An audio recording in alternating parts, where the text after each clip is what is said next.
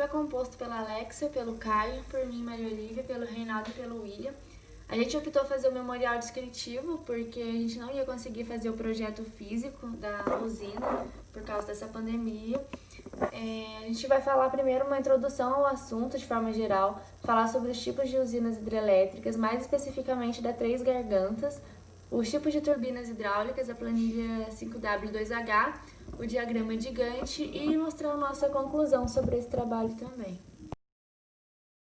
Então, para a gente começar a falar sobre as turbinas hidráulicas e as usinas hidrelétricas, primeiro é bom eu fazer uma introdução geral de um pouco de cada coisa. Primeiramente, falando-se das usinas hidrelétricas, elas são responsáveis por até 90% da energia gerada no Brasil inteiro. E a maior parte dela é produzida pela água. E como está aqui no slide, que vai ser mostrado, a gente vai falar sobre dois tipos, a de reservatório e as de fio d'água. Basicamente, a diferença entre as duas é que na de reservatório tem um grande reservatório, né, obviamente, e também uma turbina lá embaixo, na qual gera energia com a queda de água e a pressão alta, que fazem girar a turbina. Aí já na fio d'água, ela fica instalada numa altura muito pequena, que pode ser encontrada mais em rios mesmo, aproveitando a força da correnteza para gerar suas turbinas e também gerar energia. Agora, se falando de turbinas hidráulicas, elas são turbinas projetadas especificamente para transformar a energia hidráulica e a energia de pressão e a energia cinética de um fluxo de água em energia mecânica na forma de torque e velocidade de rotação.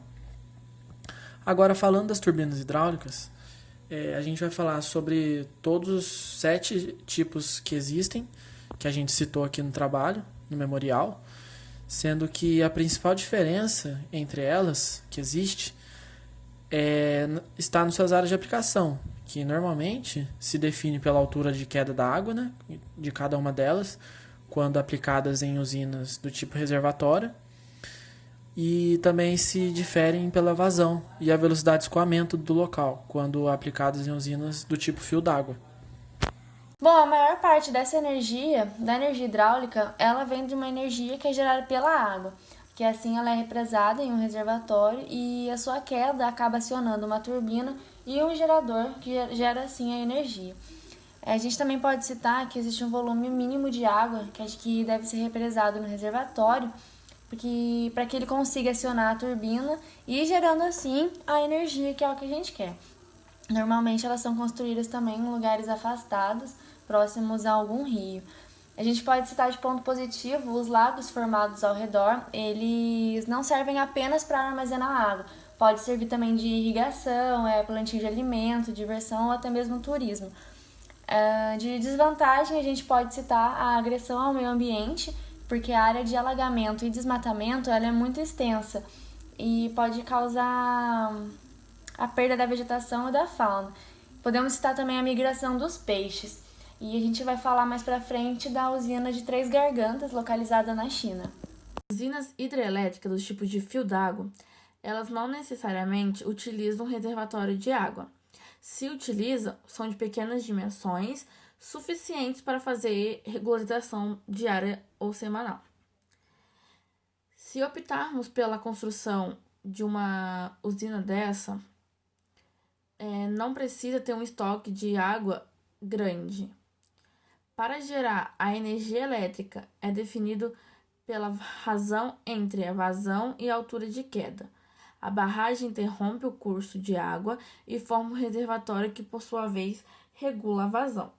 O sistema de captação e adução levam a água até a casa de força, onde são instaladas as turbinas. A gente pode dar um exemplo desse tipo de usina, é a usina binacional de Itaipu, bacia do Rio Paraná, que é considerada como um fio d'água. Ela pode utilizar a água total que chega em seu reservatório, mantendo somente uma reserva mínima que garante sua funcionalidade, e isso se deve por causa de inúmeras barragens a montante que existe no local. E a gente pode citar como vantagem uma delas são redução de áreas alagadas, que sendo assim reduz o desmatamento, protegendo a fauna com o propósito de preservar o meio ambiente. Da hidrelétrica de Três Gargantas, vamos falar primeiro um pouco sobre o rio onde ela se encontra, que é no rio Yangtze, que é o terceiro maior rio do mundo, perdendo apenas para o rio Amazonas e para o rio Nilo. Esse rio, ele sempre foi uma das principais rotas fluviais da China, para o desenvolvimento das províncias, para o transporte de minério, para todas as riquezas da China.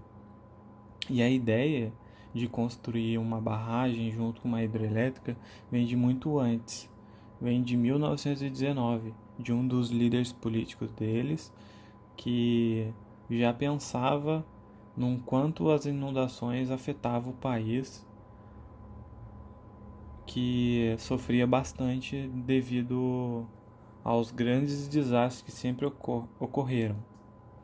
E nessas inundações, aí a gente cita uma das maiores, que é a de 1954, que teve uma área alagada de 193 mil quilômetros quadrados, teve mais de 33 mil mortes registradas e teve 19 milhões de pessoas desalojadas.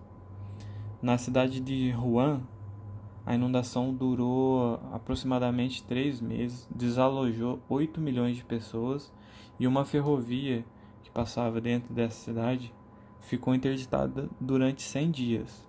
E isso para um país em desenvolvimento, como era a China em 1954, estava quase no seu pico de força entre minério e cultivo de diversas coisas. A ferrovia ficar interditada durante todo esse tempo foi muito ruim pro país.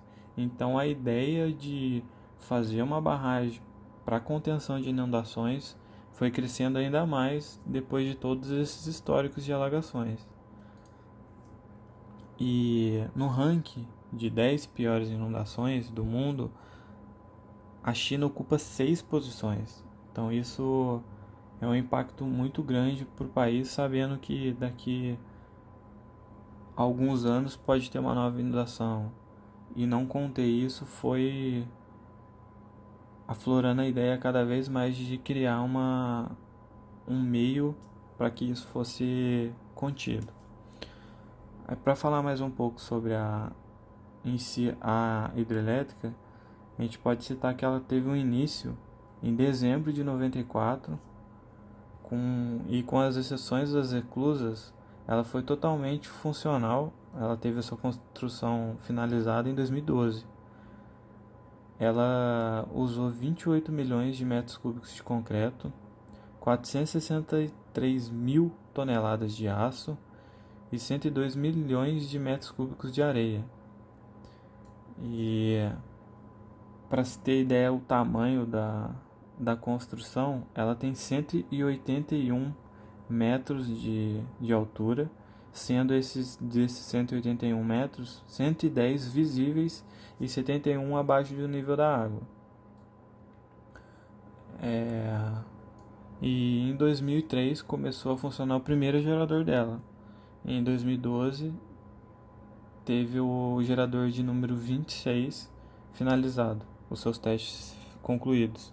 Só que ainda assim existem 6 geradores subterrâneos, que dá um total de 32 geradores com capacidade de 22,5 gigawatts de potência.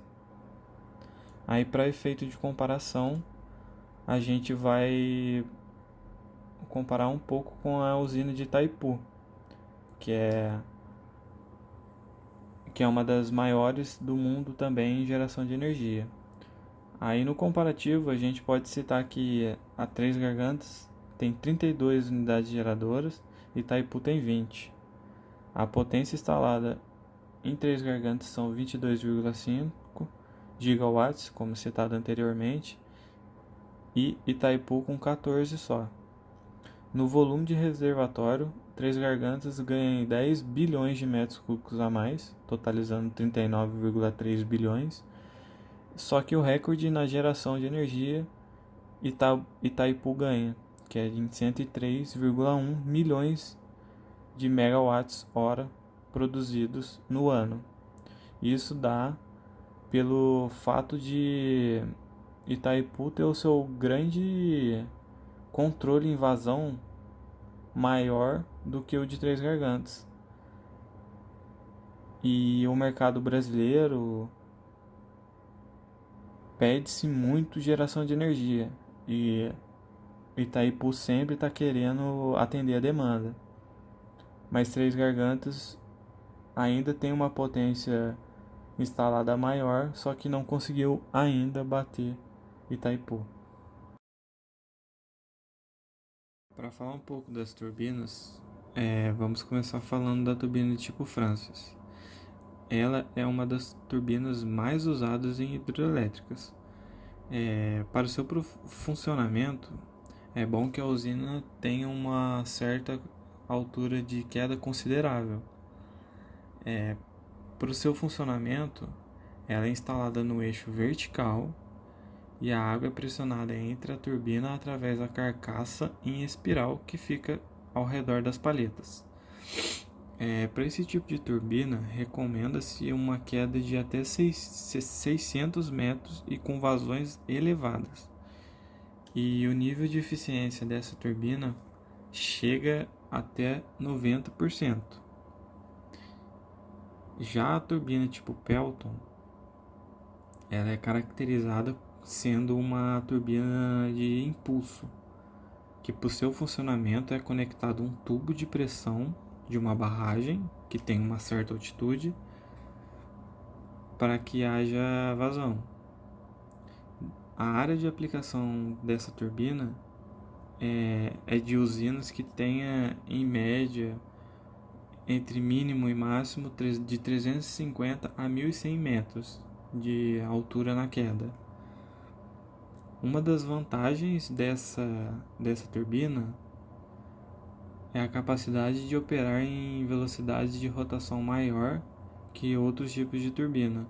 E outra vantagem é o nível de eficiência dela, que chega a passar um pouco da tipo Francis, que ela pode chegar a atingir até 92% de eficiência. Já a turbina Kaplan é um tipo de turbina de jato hidráulico que utiliza pequenos gradientes. E a vazão dela ela é bastante alta, podendo chegar de 200 a 300 metros cúbicos por segundo.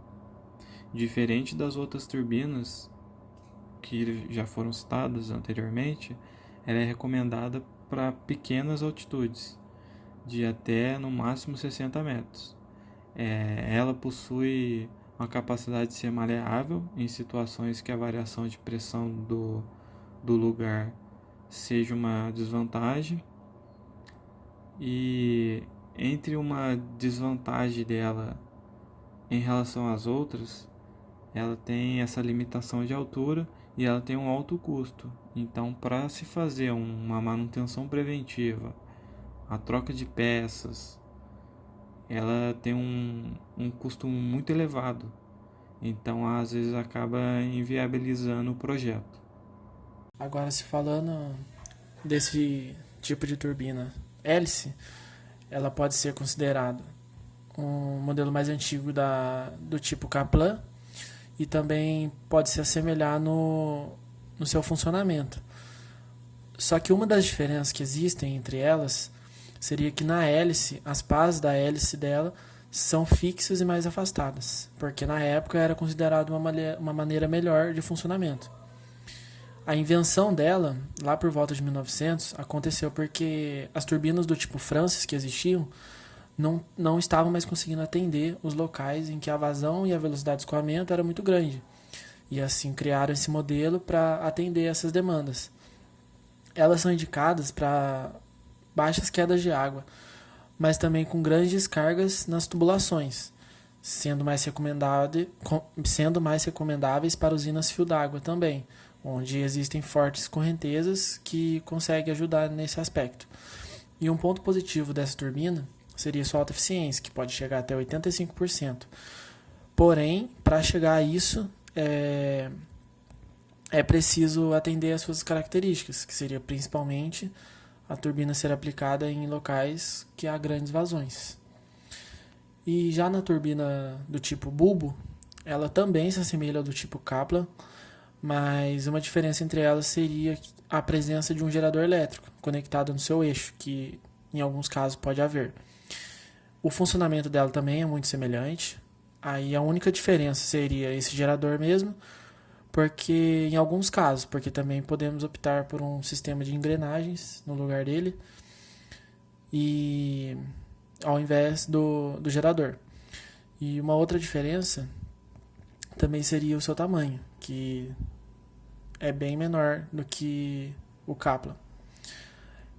Esse tipo de turbina, ele pode ser recomendado para locais com até 20 metros de altura, com uma boa velocidade de escoamento, sendo mais recomendado por causa dessa velocidade pedida, em usinas fio d'água, onde as correntezas são responsáveis por isso.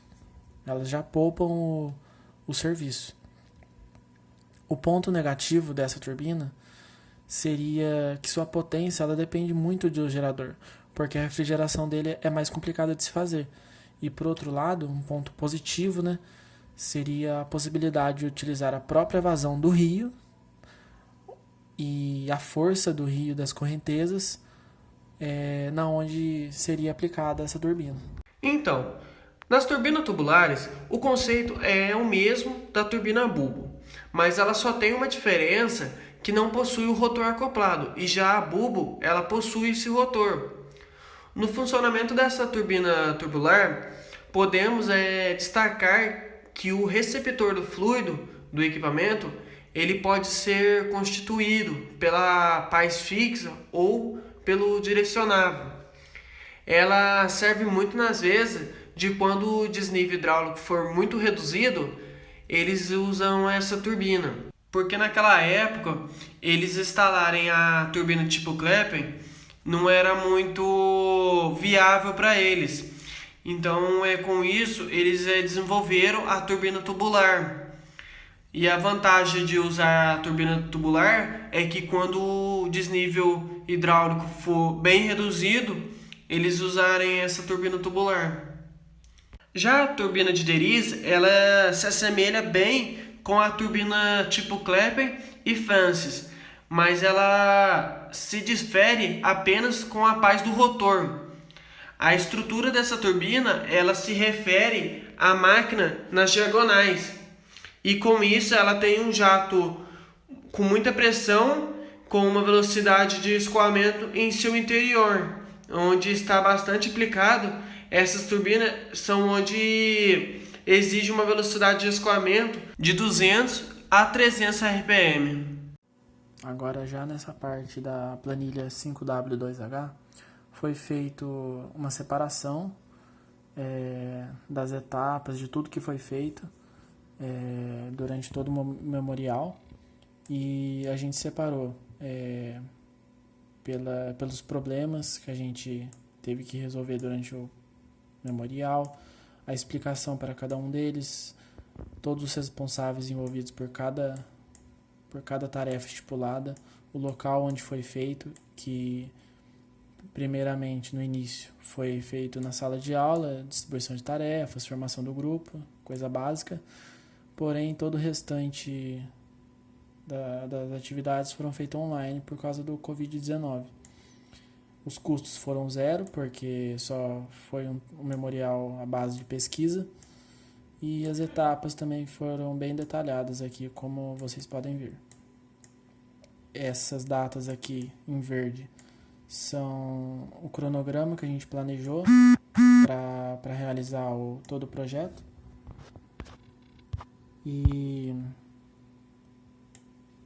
no próximo diagrama de Gantt, na próxima planilha, no caso, né, a gente vai determinar se conseguimos realizar ou não dentro do prazo. Aí, como vocês podem ver, são todas as atividades mencionadas anteriormente, só que nessa planilha a gente consegue ver o início para cada uma dessas atividades que foi planejado, a duração planejada, o início real, né, quando a gente realmente começou e quanto tempo realmente durou. E como vocês podem ver, todas as tarefas foram 100% realizadas. E aqui mais do lado direito a gente consegue ver o andamento delas. E no caso, como todas já foram realizadas, tá tudo em verde. Na cor verde mais escura significa que foi concluído dentro do prazo, e na cor verde mais clara significa o período que está fora do prazo, ou seja, ou terminou antes do prazo ou começou depois do prazo estipulado, porém todas as atividades foram concluídas. Podemos concluir que as usinas hidrelétricas possuem a finalidade de produzir energia elétrica através do aproveitamento do potencial hidráulico existente em um determinado rio, sendo obtida através da energia cinética e do potencial de fluxo das marés ou das águas próximas às barragens.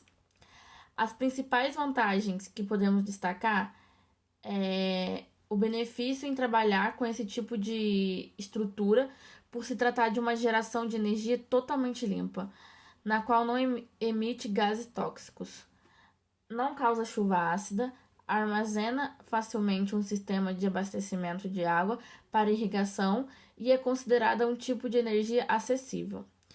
E por outro lado, também há algumas desvantagens, assim como a barragem, na qual possui o efeito negativo de afetar os leitos dos rios, causando erosão e, consequentemente, afetando o ecossistema existente ao redor da área utilizada. As turbinas hidráulicas são equipamentos que têm por finalidade transformar a energia do escoamento hidráulico em trabalho mecânico. E os tipos de turbinas citados no trabalho, elas podem ser classificadas como turbinas de ação ou de reação, considerando que essa forma de classificação deve ser feita através da análise que deverá ser levada em consideração a